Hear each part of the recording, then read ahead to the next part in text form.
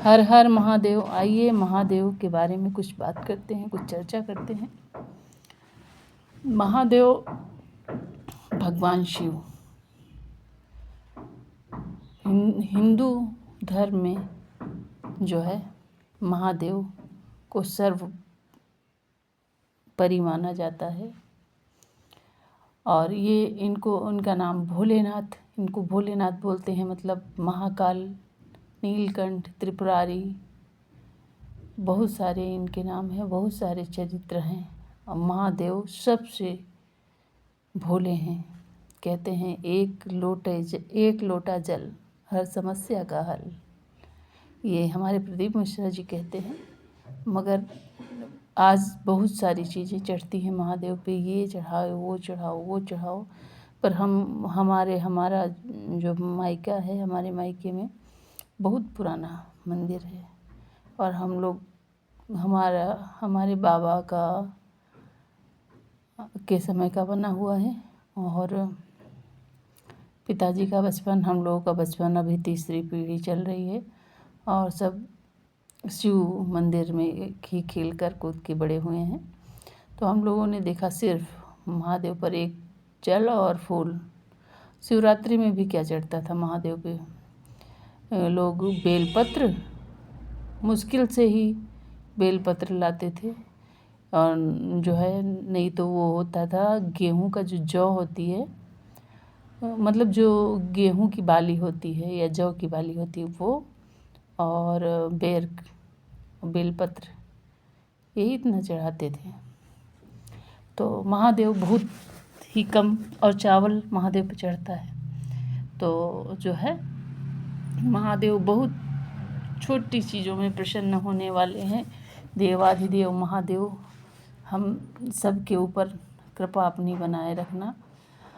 और भगवान महादेव का ध्यान जो है आप करते हैं तो आप एकदम सौम्य, सरल और स्थिर हो जाते हैं। अगर आप महादेव के भक्त होंगे या आपने किसी महादेव के भक्त को देखा होगा तो उसको आपने गरीबी में नहीं देखा होगा।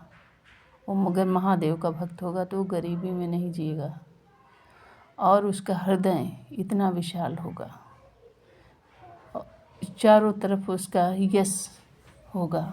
ऐसा इंसान महादेव का भक्त ऐसा नहीं होता, ऐसा हो जाता है महादेव का भक्त।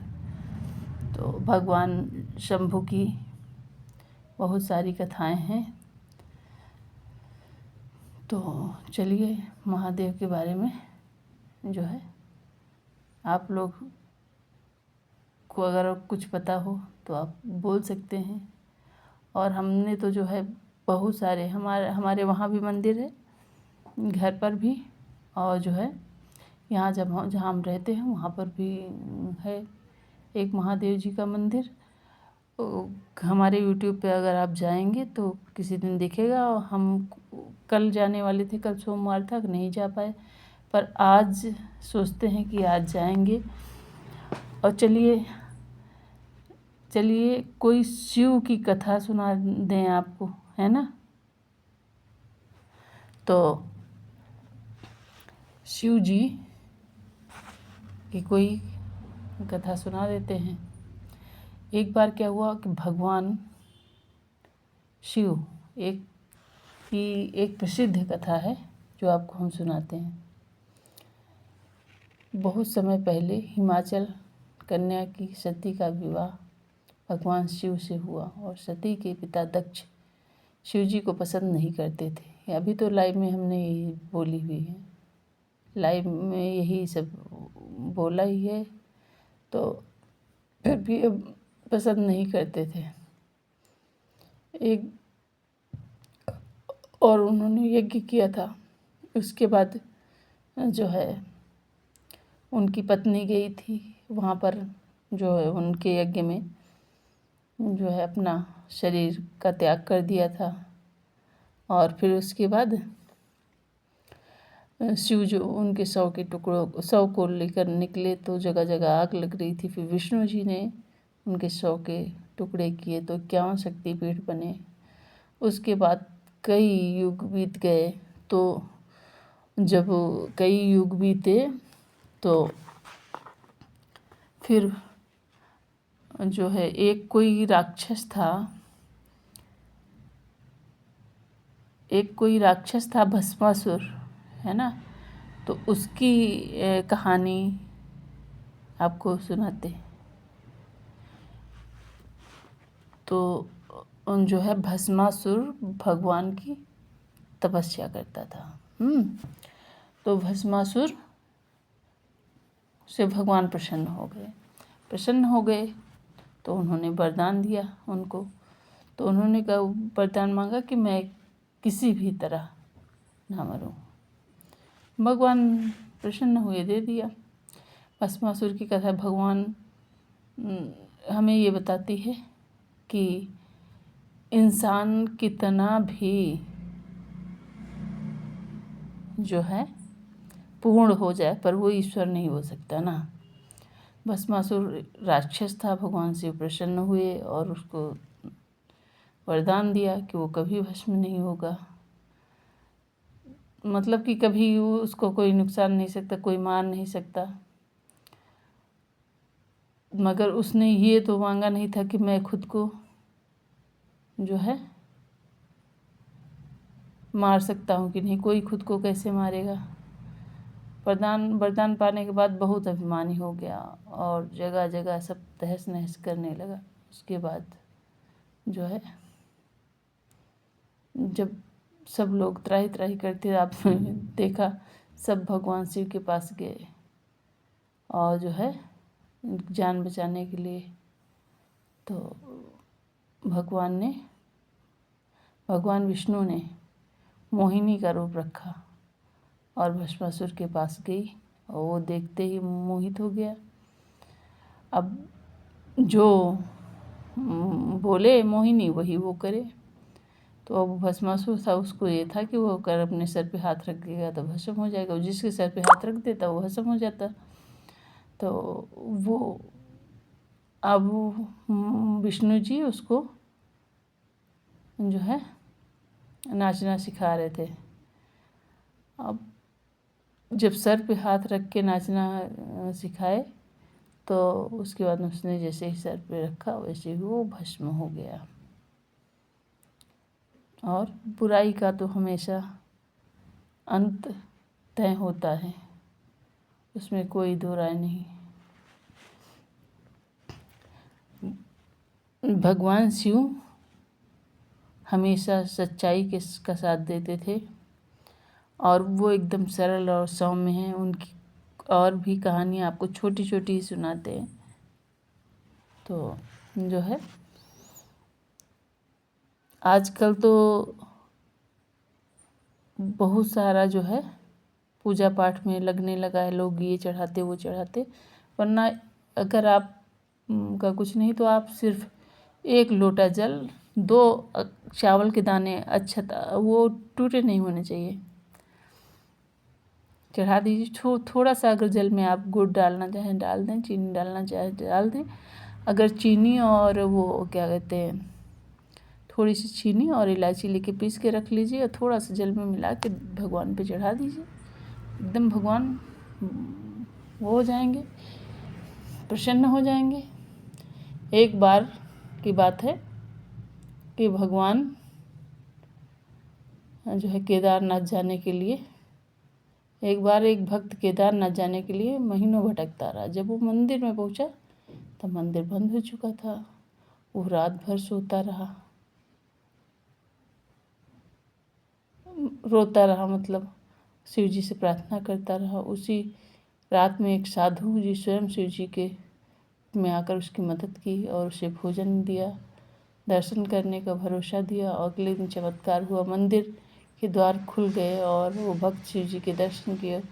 ये कथा बताती है सच्चे और सरल मन से भगवान भक्त की परीक्षा तो ज़रूर लेते हैं पर सुनते ज़रूर हैं। शिव जी की एक और कथा है। एक बार शिव जी सच्चे भक्त की पहचान करने के लिए एक थाल रखा और कई बड़े बड़े साधु पुजारी थाल उठाने लगे, लेकिन वो सोने की थाल किसी के भी हाथ में नहीं आ रहा था। एक साधारण किसान था जो विशेष पूजा पाठ नहीं करता था, सिर्फ मन में शिव जी को याद रखता था। तब उसने थाल उठाया और उस चमक उठा। सभी जान गए सच्ची भक्ति दिखावे में नहीं, सरलता में और सच्चाई में है।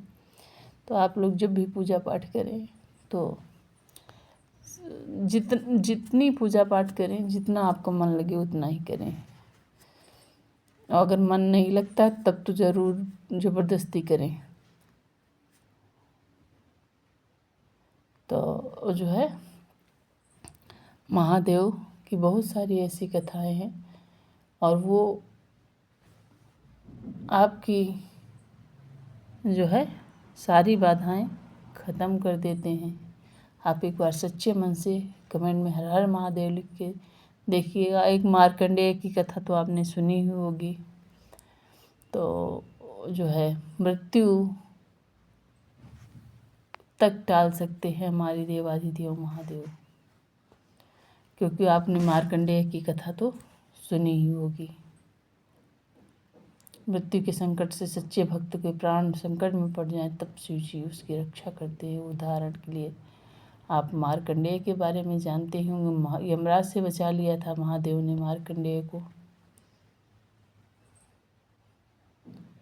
तो जीवन में अच्छा सबसे ज़रूरी क्या है, पूजा पाठ से भी ज़रूरी क्या है, चलते चलते आपको बताते हैं कि पूजा पाठ सब चीज़ों से ज़्यादा ज़रूरी है कि आप अपने आसपास या अपने रिश्ते नाते या फिर किसी जीव जंतु को कभी कोई कष्ट दुख ना पहुंचाएं। आपके कर्म से, आपके वचन से, आपके धन से किसी को कोई हानि नहीं होनी चाहिए। अगर आप दिन भर पूजा पाठ करते हैं, मंदिर जाते हैं, लूटाचल चढ़ाते हैं और आप आके घर में पिता से अपने तेज आवाज़ में बात करते हैं, आप यकीन माने आपका पूजा पाठ सब व्यर्थ है। कोई आपकी नहीं सुनेगा, क्योंकि जब देवी देवता होते हैं ना, उनकी हम पूजा करते हैं तब वो हमें फल देते हैं। एक माँ बाप ही ऐसे हैं ना, जो हम उनसे तेज आवाज़ में बात करते हैं तब भी वो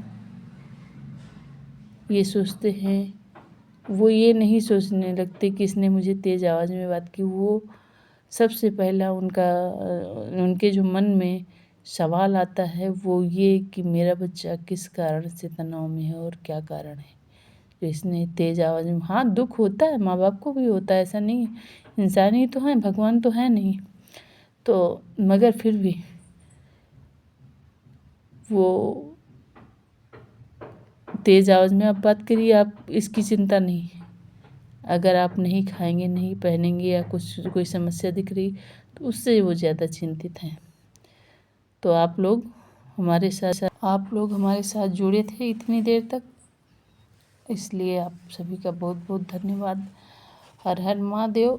और थोड़ा सा हम थके हुए थे तो थोड़ा सा स्लो हमारी आवाज़ आ रही होगी आप लोगों को, पर सुनने का प्रयास कीजिएगा। दोपहर के समय रहता है ना, थोड़ा सा नींद आने लगती है। और अभी जब हम लाइव थे तो उस वक्त के बाद हम खाना पानी खाने के बाद आए हैं तो थोड़ा लेटे हैं और बस सोचा कि चलो आप लोगों से थोड़ी बात कर लेते हैं। और प्लीज़ अगर आप लोग जो भी हमारे चैनल देख रहे हैं अगर सब्सक्राइबर हैं तो कोई बात नहीं, उनसे एक प्रार्थना है कि शेयर करें और लाइक करें। और अगर आप अदर चैनल से हैं, अभी आप सबने सब्सक्राइब नहीं किया तो प्लीज़ आप जाएं हमारे चैनल को विज़िट करें। अगर आपको पसंद आता है तो आप हमें लाइक शेयर एंड सब्सक्राइब करें। और हर बार की तरह हम कहना चाहेंगे, भक्ति अग्नि के समान होती है और आप जो है भक्ति करिए। अग्नि आपको दोनों कंडीशन में एक ही परिणाम देगी, वैसे ही भक्ति है आपके चाहे अनचाहे करते हैं आपको परिणाम वो समान देगी। हर हर महादेव। जय श्री राम। जय हो बाबा नीम।